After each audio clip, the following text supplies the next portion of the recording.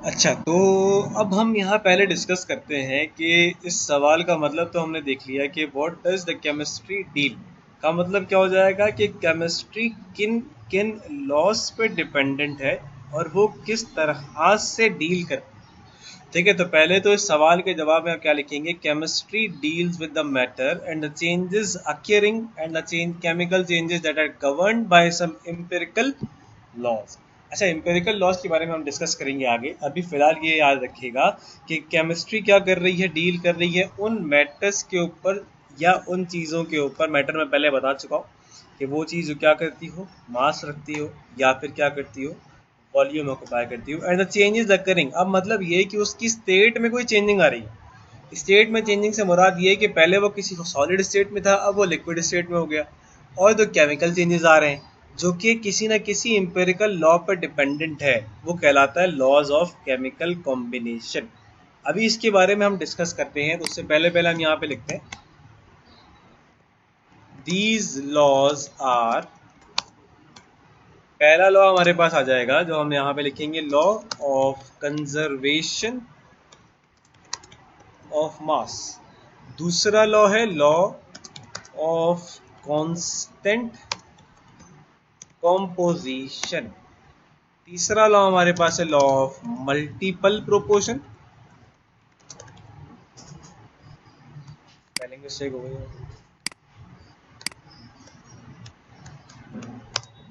और लास्ट में आ जाएगा लॉ ऑफ रेसिप्रोकल प्रोपोर्शन। ठीक है, ये चार मेजर लॉज हैं जो इसमें डिपेंड करता है। ये पहला सवाल था हमारा। अभी इसको हम अगले सवाल में अब कंप्लीटली डिस्कस करेंगे हर एक चीज़ को। फिलहाल बस इतना याद रखिएगा, केमिस्ट्री डील करती है इन चार लॉज के ऊपर। ये चार लॉ ही हैं जिसके ऊपर पूरी केमिस्ट्री रिलाई कर रही है। ठीक है, अभी आगे जब आप पढ़ते रहेंगे तो आपको सब चीज़ें क्लियर होती रहेंगी कि किस किस तरीके से कौन सा लॉ काम कर रहा है। अच्छा, अब अगला सवाल अगर हम देखें, क्वेश्चन नंबर 2, तो state the law of conservation of mass and explain, sorry, it with examples। ठीक है, एक सवाल ये है। अब देखिए, ये सवाल बहुत आता है पेपर के अंदर, ये अक्सर लॉन्ग में भी आ जाता है। ठीक है, वो डिपेंड करता है कि सवाल किस नौइयत का आ रहा है, उस हिसाब से फिर आप सवाल का आंसर लिखते हैं। अगर सी में आ रहा है तो साथ में इसकी डायग्राम भी आती, अगर सी में नहीं आ रहा, बी में आ रहा है तो सिर्फ थ्योरी आएगी। ठीक है, मतलब सिर्फ इसका सवाल और डेफिनेशन और साथ में इंट्रोडक्शन और स्टेटमेंट आएगी इसकी और एक्सप्लेनेशन। अच्छा, तो अब इसको हम अगर लिखें तो law of conservation of mass, ऐसे लिखा। ठीक है, इसकी पहले हमने हेडिंग बना ली, इंट्रोडक्शन। अच्छा भाई, अब अगर हम बात करते हैं यहाँ पर कि law of conservation of mass क्या है, तो आप याद रखिएगा सबसे पहले अगर आपके पास 4 नंबर का सवाल आता है तो आप किस तरह से इसको डिस्ट्रीब्यूट करेंगे। उसके लिए आप क्या करेंगे, यहाँ पहले सबसे पहले आप इंट्रोडक्शन लिख दें। इंट्रोडक्शन में क्या आएगा, आप यहाँ पे लिखिए, इनका पूरा नाम लिख दीजिए इस जगह पे, टॉइन लेवॉइजर। लेवॉइजर आपने यहाँ पे लिखा, सॉरी स्पेलिंग मिस्टेक है। ठीक है, यहाँ पे आप लिखिए discarded the worm out of ideas about the changes that occur during a chemical reaction। ऐसे लिख दिया आप। अब आगे लिखें, by making careful, sorry, careful quantitative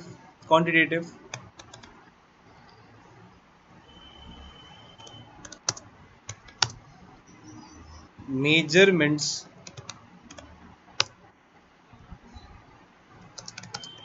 he established the mass is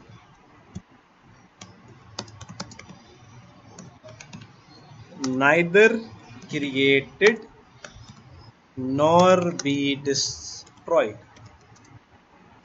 during a chemical reaction। इसकी स्टेटमेंट लिख लेते हैं, पहले इसको ठीक कर लेते हैं यहाँ से।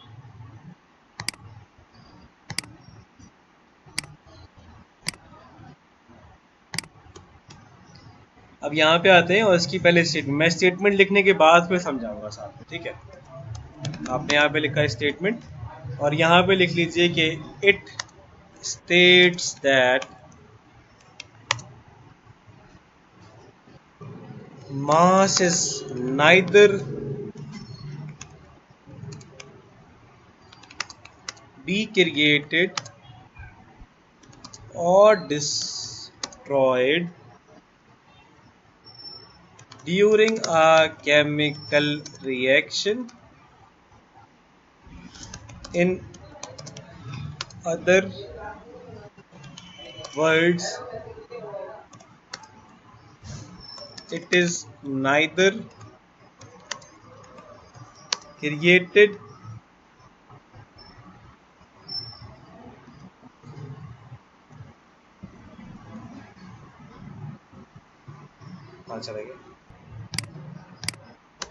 nor destroyed, but it can be transformed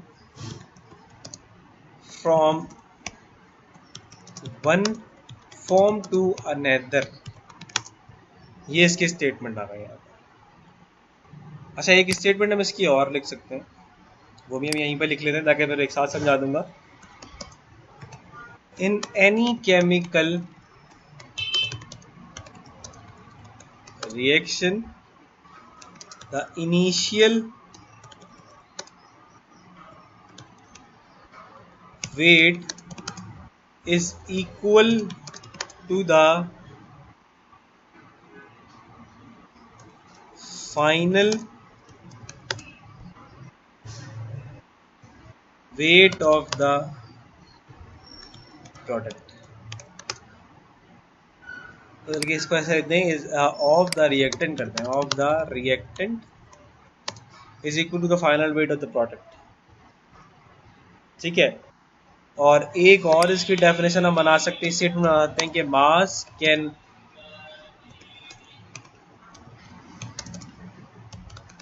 neither be created nor destroyed during a chemical reaction, but it can only आप इसको ऐसे लिख लें कि it can only changes from one form to another form। सही है। अच्छा, अब law of conservation of mass की अगर हम बात करें तो ये पूरा लॉ किसके ऊपर डिपेंडेंट है। इसमें कुछ चीज़ें याद रखिएगा, एमसीक्यूज के लिए बहुत आती हैं। इस चैप्टर से एमसीक्यूज का बहुत सा कंटेंट आता है, बहुत सी चीज़ें आ जाती हैं एमसीक्यूज की। इसके अलावा numerical plus long question plus short question सब आता है इससे, ठीक है। अब देखिए आपके पास यहाँ पर ये याद रखिएगा कि लेवॉइजर ने जो है वो क्या किया था, the warm discarded the warm out of the ideas about the changes that occur during a chemical reaction. इन्होंने ये बात बताई कि एक केमिकल रिएक्शन के दौरान क्या क्या चीज़ें दरपेश होती हैं, मीन्स ये कि क्या क्या चीज़ें सामने आती हैं, क्या क्या चीज़ें फेस करने को मिलती हैं। By making careful quantitative measurements he establish the mass. अब एक प्रॉपर बहुत टेस्टिंग करने के बाद, जैसे हमने पहले पढ़ा था कि हाइपोथेसिस थ्योरी, इस तरह की हमने साइंटिफिक अप्रोच पढ़ी थी, तो वही चीज़ यहाँ पर कि एक प्रॉपर सेटलमेंट के बाद, एक प्रॉपर स्टेटमेंट के प्रॉपर इन्होंने जब अब एक एक्सपेरिमेंट कर लिया, उसके बाद इन्होंने क्या किया कि एक स्टेटमेंट इन्होंने प्रपोज करी कि मास can neither be created nor be destroyed during a chemical reaction. आसान अल्फाज में ऐसे कि केमिकल रिएक्शन के दरमियान में कभी भी कोई मास ना ज़्यादा हो सकता है ना कम हो सकता है, क्योंकि उसका मास फिक्स रहता है। ठीक है, ये इस लॉ का ये कॉन्सेप्ट है। ठीक है, आप जरा याद रखिएगा स्टेटमेंट। अच्छा, कभी कभार पेपर में सिर्फ स्टेटमेंट आ जाती है, तो खाली स्टेटमेंट आएगी तो आप 1 नंबर की ये स्टेटमेंट लिखेंगे यहाँ से, भैया आएगी खाली स्टेटमेंट। और ये तो मैंने आपको 3 लिखवा दी हैं, इसमें से कोई भी आप एक लिख लीजिए। क्या बन के आ गए, सेट फेस आ गया। तो खैर, तो 1 नंबर का सवाल आएगा ये अगर, तो आप क्या करेंगी, खाली बस एक स्टेटमेंट यहाँ से लेके यहाँ तक के लिख देंगे। ठीक है, या ये लिख दें या ये लिख दें, इसलिए 3 लिखवा दिए, जो समझ में आए वो लिख सकते हैं। सबका मतलब एक ही। It states that mass is neither be created nor be destroyed during a chemical reaction. In other words, it is neither created nor destroyed, but it can be transformed from one form to another. Means ये कि जो एक energy जो मास है वो कभी भी क्या नहीं हो सकता, वो ख़त्म नहीं हो सकता, ना ही आप उसको क्रिएट कर सकते हो।